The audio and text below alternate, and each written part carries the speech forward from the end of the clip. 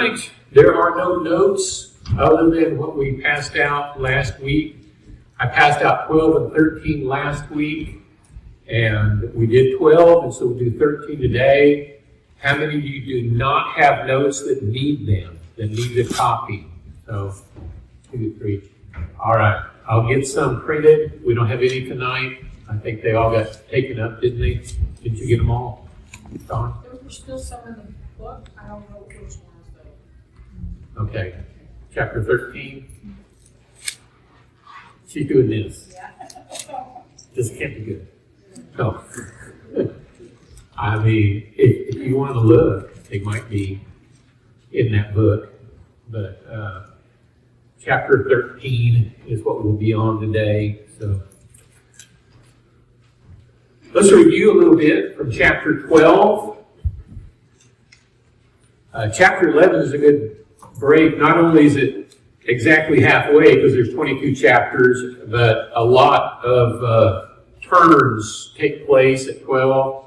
I remind you that the book is entitled Revelation, and so it's all one continual revelation together, but there's different scenes. And so we're done with the 7 seals, and we're done with the 7 trumpets. And now there's going to be this interim period where there's going to be a lot of individual things to see and to interpret, starting with the woman and the dragon. Those are the 2 things you need to remember from chapter 12 especially, the woman and the dragon. The woman is pregnant. She's in a helpless condition. The dragon, which is enormous, is perched in front of her, waiting to devour her child as soon as it's born. And that's the picture that we have. And it shows absolute helplessness. And there's no way the woman should win in that scenario. I mean, if you just saw that, here's a pregnant woman on this side and an enormous red dragon. Who's going to win? Well, most of us are going to put our money on the dragon, right? We read, and the dragon doesn't win. I think, oh, yeah, lots of them. Cindy was the other one. No. All right, so the woman, you can call her the church. That's not a bad answer. It's about a C, maybe even a C+. You know, it's not bad. But if you want an A, the real answer is that the woman is the kingdom, Old and New Covenant. So, the woman, Old and New Covenant is really what the woman stands for. And the reason for that is because the child that she gives birth to is clearly Christ, and Christ was born under the Old Covenant, not under the New. And so that's why I say the kingdom, Old and New Covenant. The dragon is Satan. Just read verse 9. Chapter 12, verse 9. Very clear. That's who the dragon is. So those are the 2 main characters that you need to remember. Now, who has the New King James Version? You have it? Okay, you have it? I didn't know that. Would you like to be my first reader? Okay. Come on up, TJ. And just to work ahead, who wants to be my second reader? You don't have to have New King James to be the second reader. Raise your hand if you'd be my second one. Okay, Pat and Shelley, you can be the third. Okay. So Sadie's going to be the first reader. Sadie, would you please read for me chapter 1, verses 1 through 4. 13. Chapter 13, verses 1 through 4.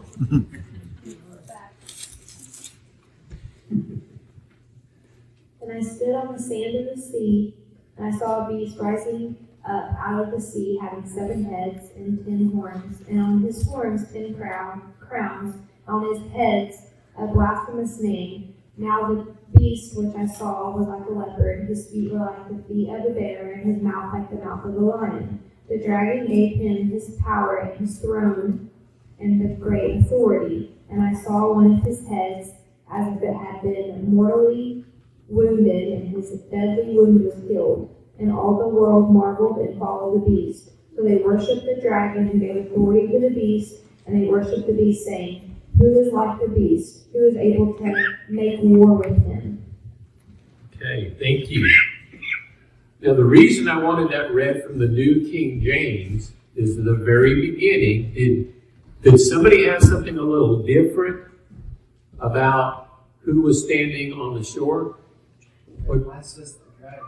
Yours says the dragon was standing, and the New King James says I was standing, which would be who? That'd be John, the Apostle John. So, we have a discrepancy here in the translations. And the reason we do is because there's actually a discrepancy in the manuscripts. Do you remember when I taught about how we got the Bible and I talked about textual variances? There are some large textual variances, like the end of Mark chapter 16, John chapter 8. There's several lines that are in some manuscripts and not in others. This is also a textual variance, but it's one letter. I kid you not, it is one letter that is different. The word, let me look at it here so I don't mispronounce it. Well, I'm going to mispronounce it anyway. Estate. Estate or estatane. If it's estate, which it is in some of the manuscripts, that means I stand. If it's estatane, it's he stands. So, dragon is not in the text, but he. And since chapter 12 was talking about the dragon, that's why many translations insert he. But the King James, the New King James, the Christian Standard Bible, the New Living Translation, all have I. So that's the reason for the difference. Does it make a difference? Well, either Satan was standing and watching everything, or John was standing and watching everything. Since both of them were obviously watching everything, it really doesn't make a difference, does it? Right? But just so you know why that difference is, Vanita pointed this out to me yesterday. I hadn't even really thought about it. I actually studied this like 20 years ago. I found it in an old book and some old notes and I'd just forgotten about it because it was so long ago. But that's the reason for the difference. So whoever is standing on the seashore, standing on the edge of things, watching what's going on, and as they're standing there, a beast comes up out of the sea. Sea is not literal. I actually read a few days ago a commentary on this verse written by some denominational person, and they said this is the Mediterranean Sea that this is coming out of. No, it's not the Mediterranean Sea. Sea is not a literal body of water. Look at chapter 17 with me.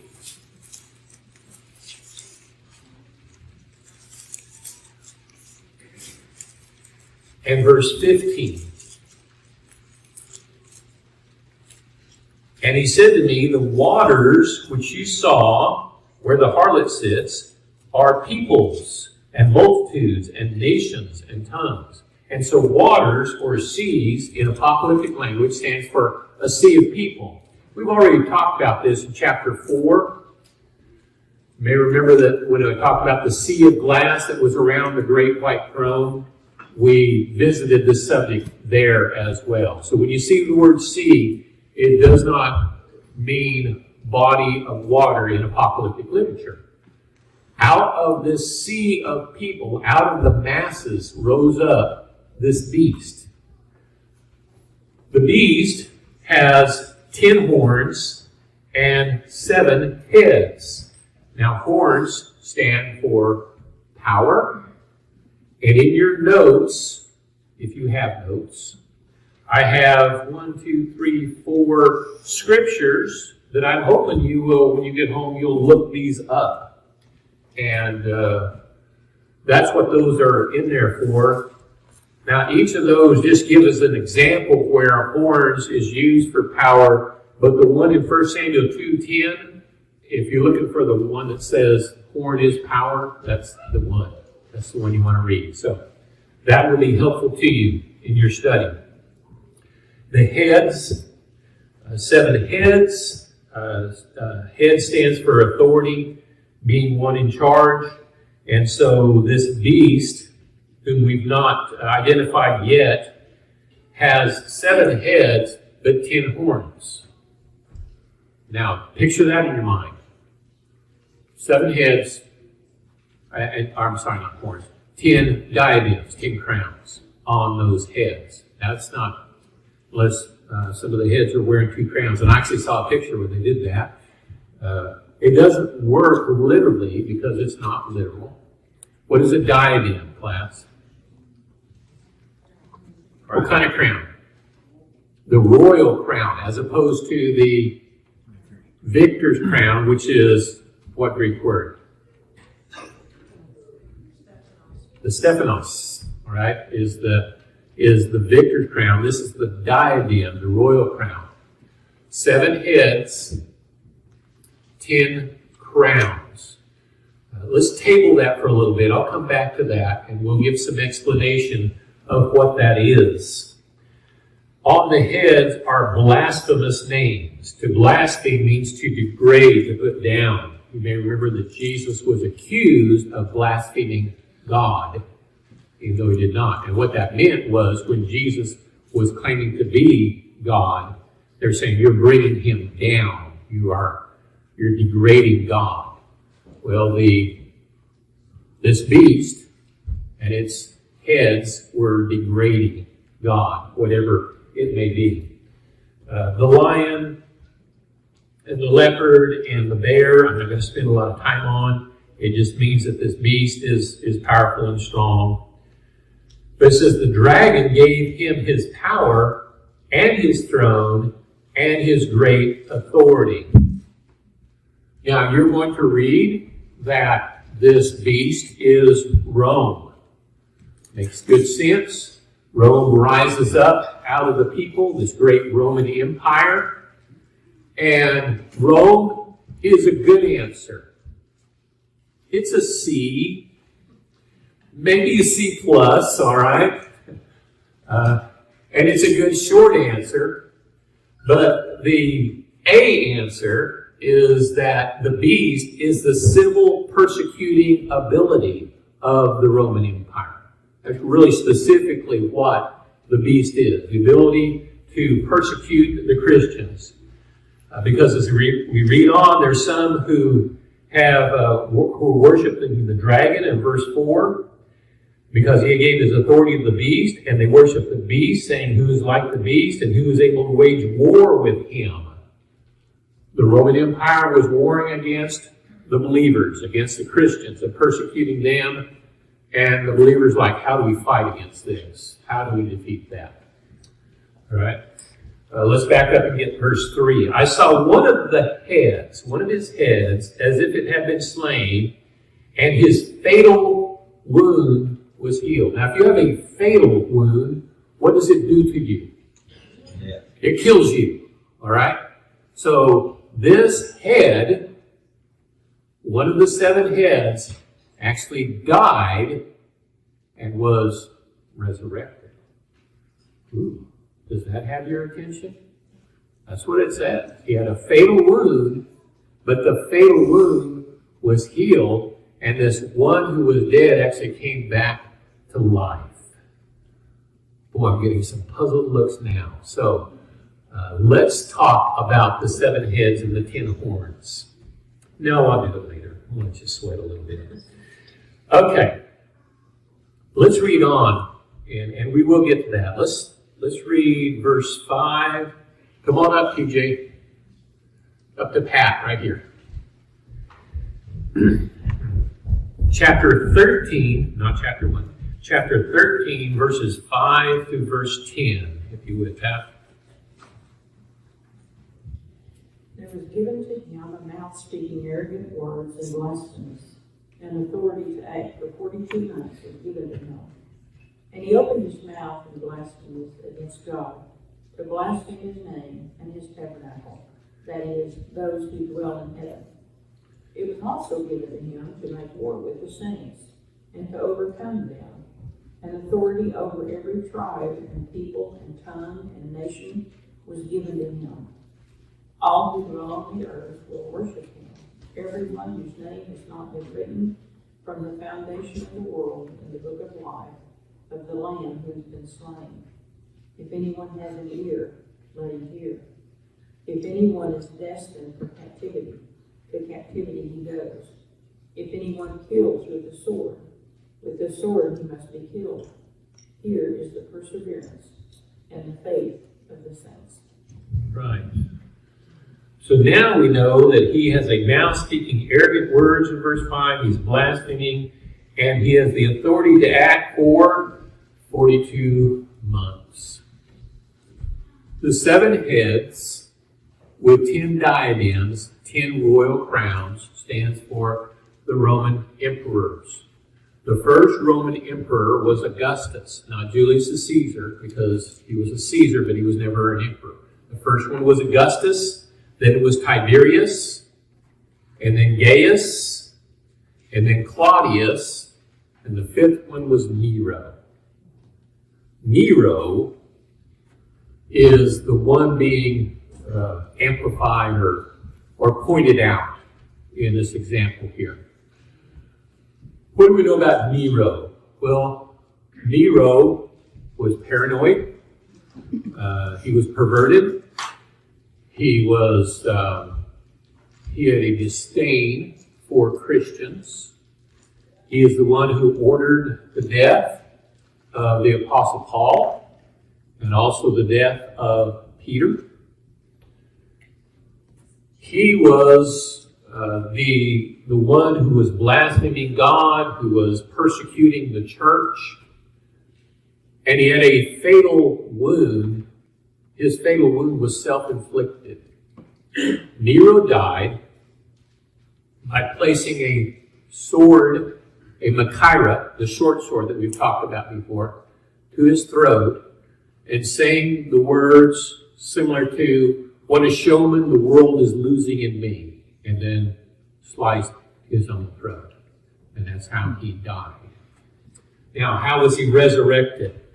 Well, after Nero, there was civil war in Rome, and a guy named Galba came in and he says, "I'm the ruler now," and he reigned for a short time, and then Otho defeated him, and Otho was on the throne for a very short time, and then Otho was beaten by Vitellius, and Vitellius reigned for a little while, and all the time Vespasian is sitting back and he is watching these generals duke it out.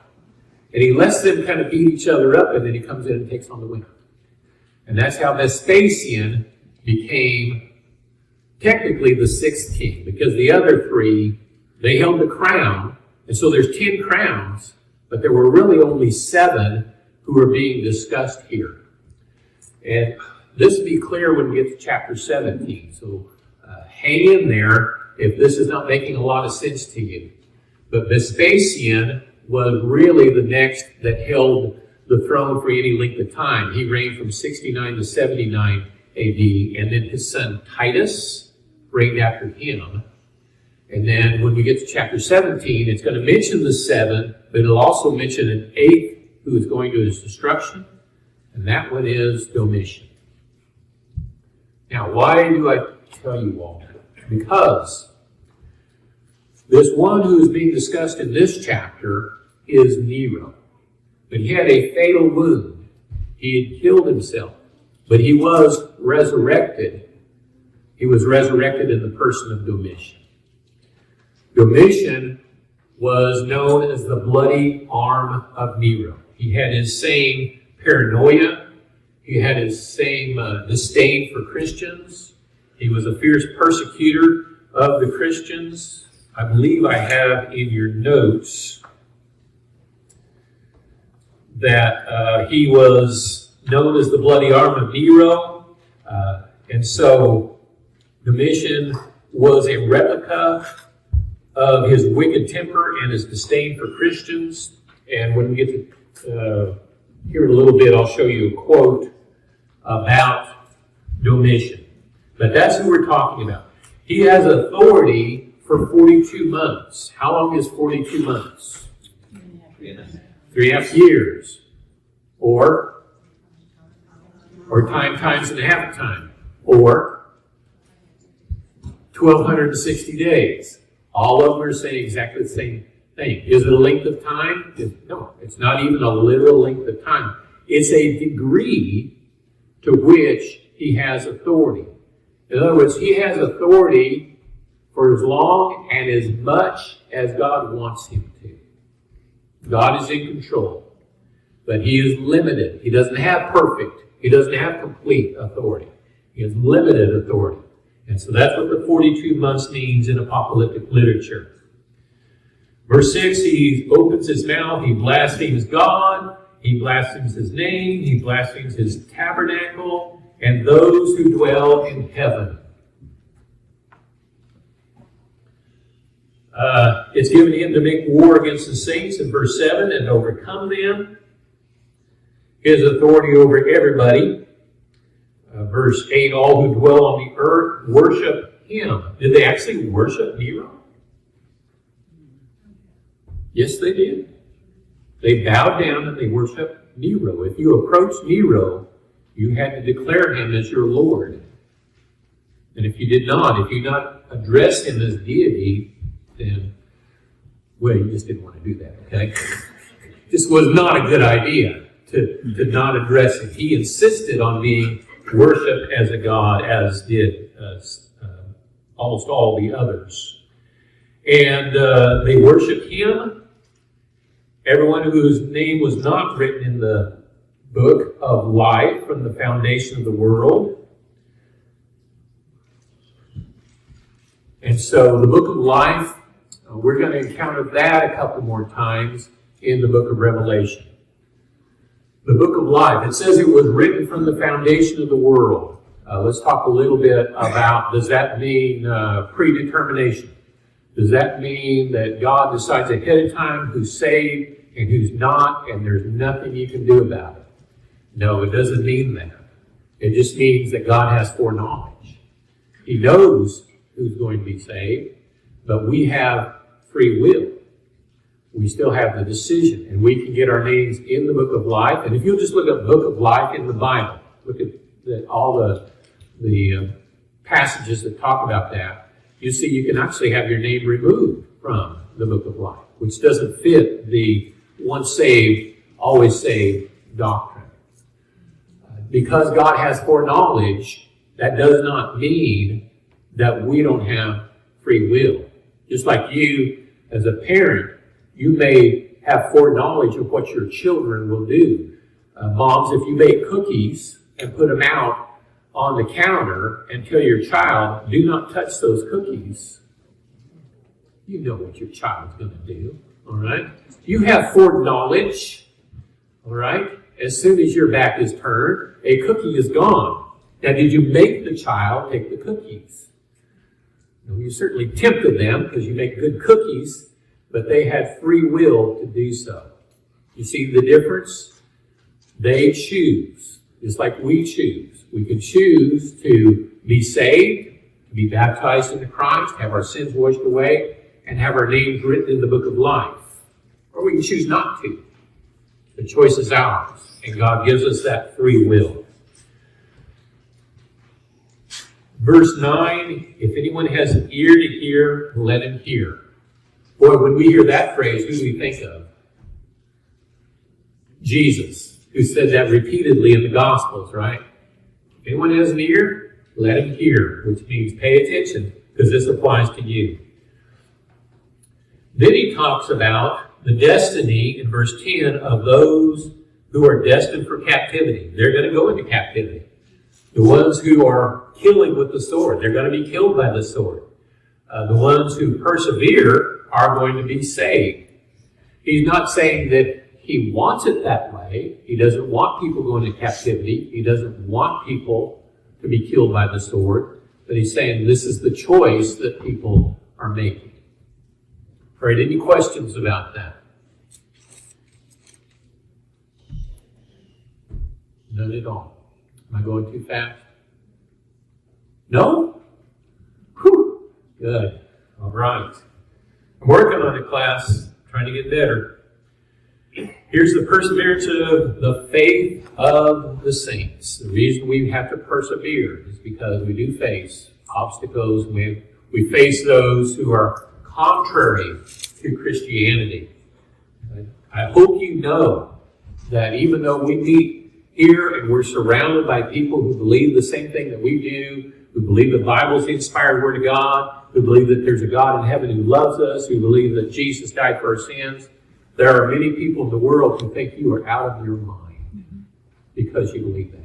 And they oppose you, and they think that you are hurting society with these lies, these fables that you believe. And so I need to remind you, we have our enemies today too, just like they did back then. And so don't be naive about that. There are people who want to stop you from worshiping God, and they will go to great lengths to do so. All right, let's read a little more then. Let's start in verse 11, and Shelley is our next reader.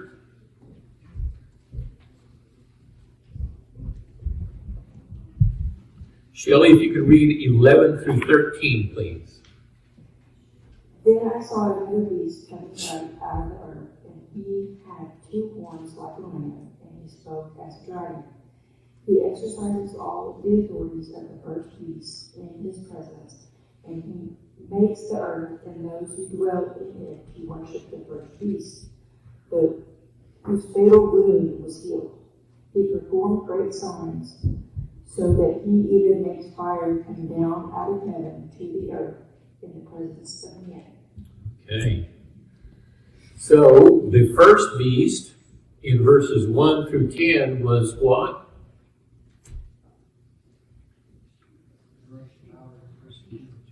Okay, there's a good A+ answer right there, all right?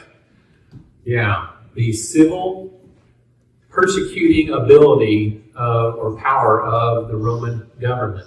So now we have another beast. This one comes up out of the earth. He has horns like a lamb. A lamb. Boy, there's a docile creature, right?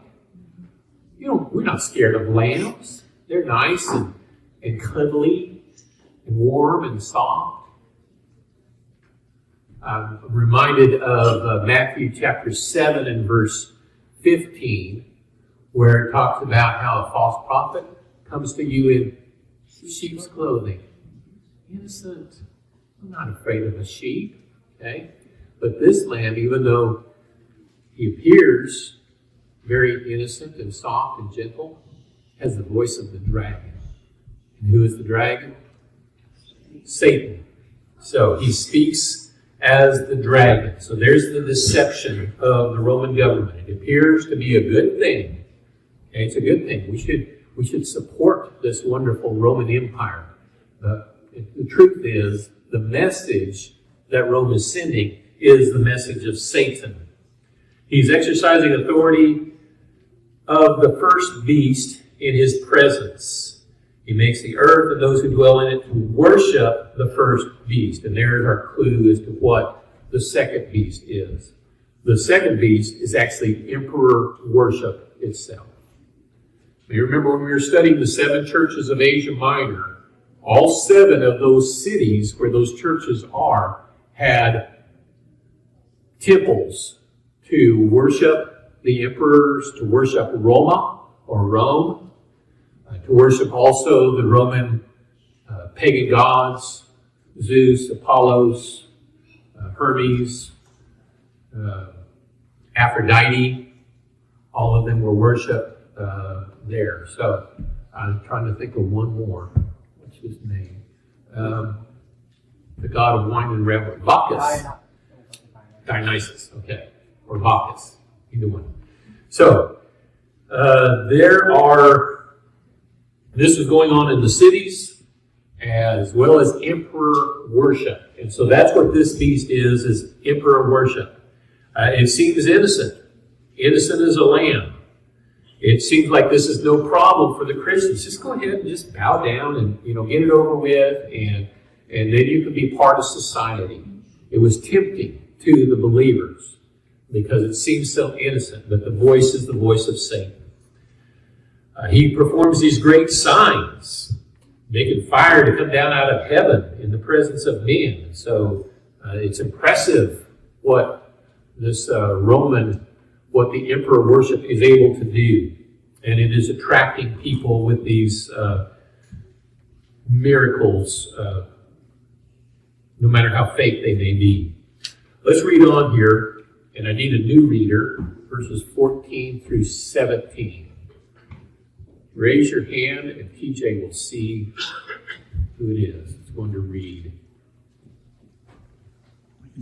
Okay, right up here. He's got it. So chapter 13, Lee, if you would read verses 14 through 17, please. Because of the signs he was given power to do on behalf of the first beast, he deceived the inhabitants of the earth. He ordered them to set up an image in honor of the beast who was wounded by the sword and yet lived. He was given power to give breath to the image of the first beast so that it could speak and cause all who refused to worship the image to be killed.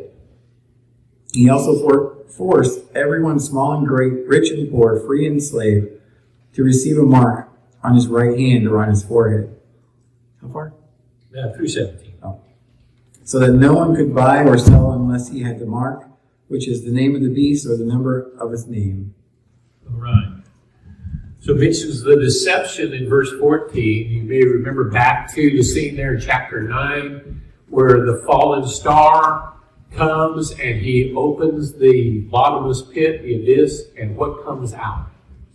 Smoke, which stands for deception, which some of you missed on the test. I can't believe that. I repeated that so many times. The smoke is deception. And that's what Satan is good at. And that's what he's working through this emperor worship. He's deceiving the people. It's given him to perform these miracles in the presence of the beast, telling those who dwell on the earth to make an image. And he has this wound from a sword. And this word for sword is Machaira.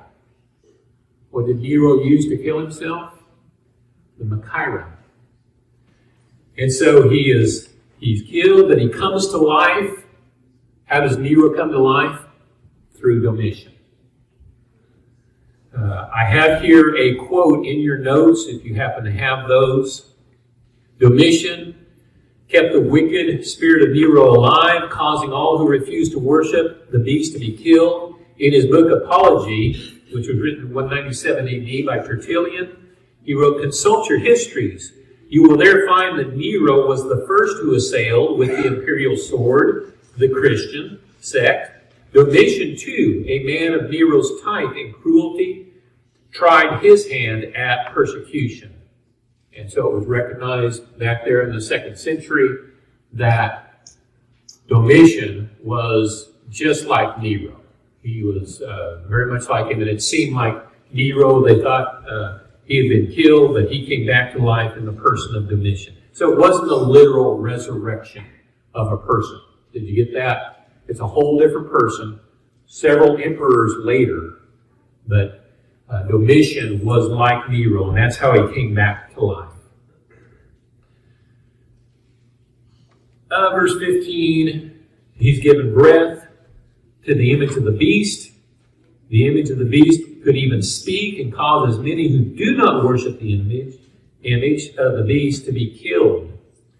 And so those who refuse to bow down to the emperors and worship them would be killed. You could be arrested for not bowing to the emperors. It was a gradual process making Christianity an illegal religion in Rome. For a long time, they didn't really make it illegal, but it was illegal not to bow to the beast. So, if you didn't do that, you could be thrown in prison, you could be tortured, you could be killed for not bowing down to the Roman emperor. Then, verse 16, he caused all, the small and the great, the rich and the poor, the free men and the slaves, to be given a mark on their right hand and on their forehead. The mark of the beast. Literal mark? No. It is in the movies, right? I've seen it. It's the barcode, right? We've seen it. You're supposed to get the barcode stamped on your hand, or I haven't seen anything on the forehead. I haven't seen many people walking around with a barcode on their forehead, but that's the idea, or that's what's proposed by some who misinterpret this verse, that there's literally going to be a mark on the forehead, literally on the hand. It's not a literal book. This is Revelation. And so let's see if we can figure out what it means. This mark of the beast, and the beast is emperor worship, and he has his power from Satan. Why is the mark on the hand and on the forehead? Because it's on our mind or in the things that we do. Okay. It's in our thinking and in our actions. You are either influenced in your thinking and in your actions, what you do with these hands, by your sinful nature, by the influence of Satan, or there's another mark that we've encountered in the book of Revelation, and that is the mark of the Lamb, which is the same way. It's described as being on the forehead or on the hand. Not literally, but it influences our thinking and our actions. If they don't get the mark, verse 17, he provides that no one will be able to buy or to sell except the one who has the mark. And so if you refuse to bow down before the pagan images of Roman emperors, you could not receive the trade guild, which allowed you to buy and sell in any of the Roman provinces. So if you were in Smyrna, for instance, and you refused to bow down, not only could you not buy and sell and trade in Smyrna, you couldn't do it in Laodicea either, or in Pergamum, because those were Roman provinces. And so if you couldn't buy and sell back in those days, you couldn't make enough money to feed your family. And Christians were literally starving in the first century because they couldn't belong to the trade guild. I keep sharing this with you because I want you to put yourself in their situation. How horrific it must have been, how hard it must have been to be a Christian during this time. You see why Jesus sent this letter? They needed encouragement. They were going through horrific times. And so he is, just the fact that Jesus would send this letter through John tells the people, okay, Jesus is very much aware of the situation that he's in. He's describing what we're going through here.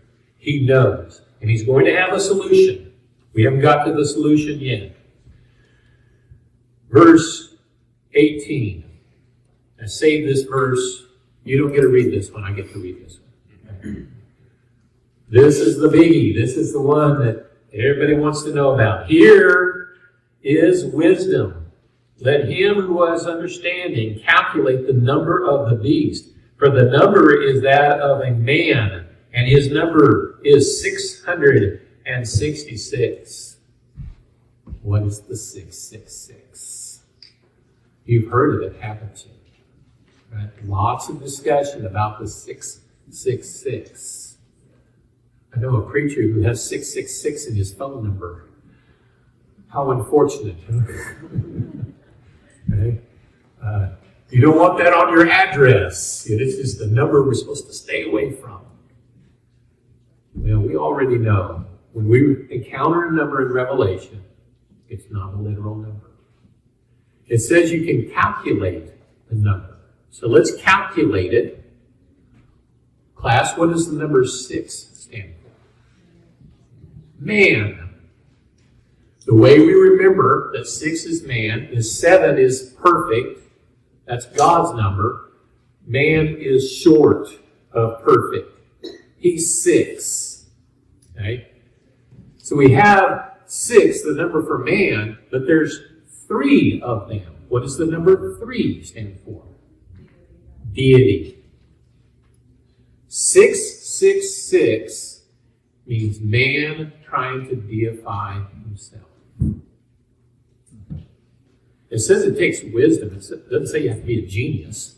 It's not that hard. I just explained to you what the 666 is. That's it.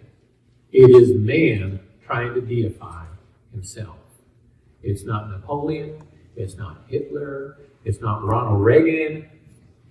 Okay? It's not any of those other proposed ideas. It is man trying to deify himself. Now, does that fit the Roman emperors? Sure does. Fits perfect, doesn't it? That is exactly what we are encountering. Man trying to deify himself, claiming that he is deity, that he is more than a mortal person. He is immortal. Okay, there's, in your notes, I have here the Roman numerals, the I and the V, and the X and the L and the C and the D. That stands for 1 and 5 and 10 and 50 and 100 and 500. And if you add those up, it comes to 666. Which is really cool, although I doubt seriously that's what Jesus was getting at, but it is kind of neat to think about. Lots of other theories out there, but it's just really not that complicated. It is just man trying to deify himself. Any questions or any other comments somebody wants to make about that? Are you disappointed how simple that is? I know you're wanting some long, complicated answer to what the 666 is, but that's it. That is the whole thing. All right. No other questions?